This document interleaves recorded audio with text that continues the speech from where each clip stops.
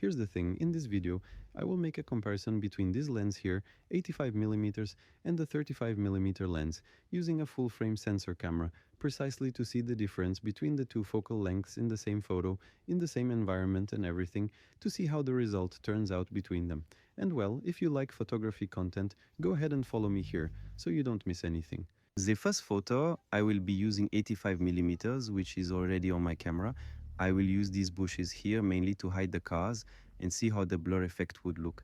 I will configure the camera a bit here. Yes, remembering that today is a very cloudy day, so we can take a very interesting photograph. I want to capture around here. Turn your torso a little more towards me. More. Yes. There. Yes. I like that. I will take a photo lying down. Keep your face straighter. Yes. Like that. Take the first one here with 85. I'll take it lying down and standing up too to see the result. And this is the result with 85mm. And now, I'll put on the 35 lens to see how the result will be with it. Now I put on the 35mm lens to take more or less the same photo. I'll just set the lens to automatic mode here, and basically I want to keep kind of the same framing, so I want to get a little closer to have more or less the same field of view, similar, right? Here is the photo in horizontal, and now I will take the same photo in vertical.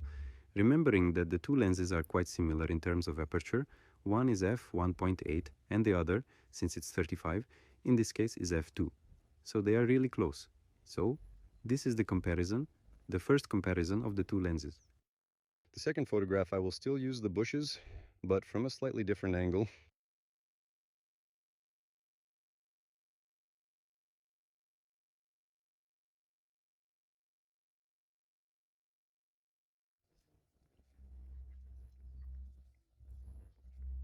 I have the 35mm, so we can first see the initial result, but here it is, the 35. I think I'll even do this one.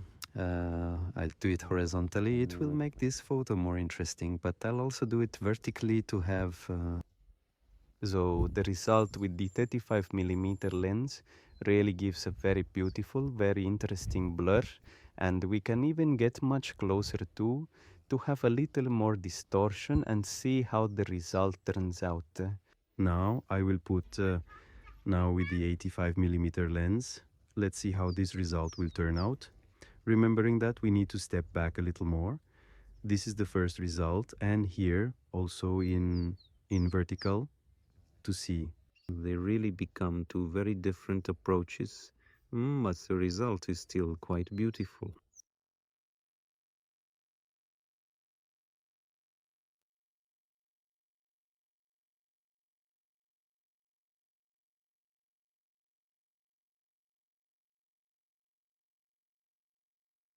A little spot here with some quite interesting flowers for us to see how the blur effect will turn out.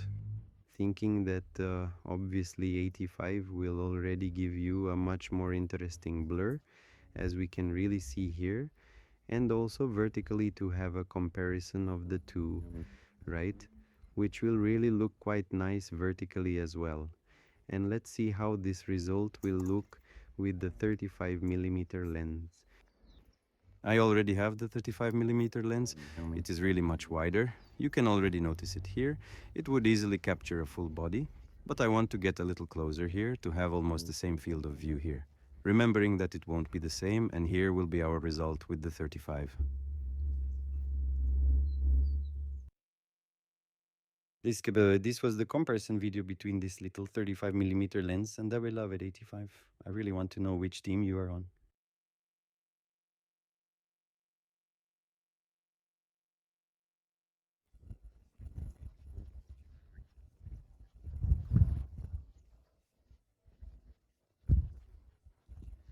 If you are team 35 or if you are team 85mm, just so I know what you prefer, okay? And take the opportunity to tell me which of the two results you like more and found more interesting. With a 35mm lens, which is a much wider lens here on the full frame sensor, like on the 7 III, or the little 85mm lens, because I want to know your opinion. And if you want to see more content like this here of showing photography in practice, take the opportunity to comment so I can bring more content like this here. And well, if you've made it this far and like this video, go ahead and leave your like. Subscribe to the channel if you're not subscribed, and see you in the next video. Bye.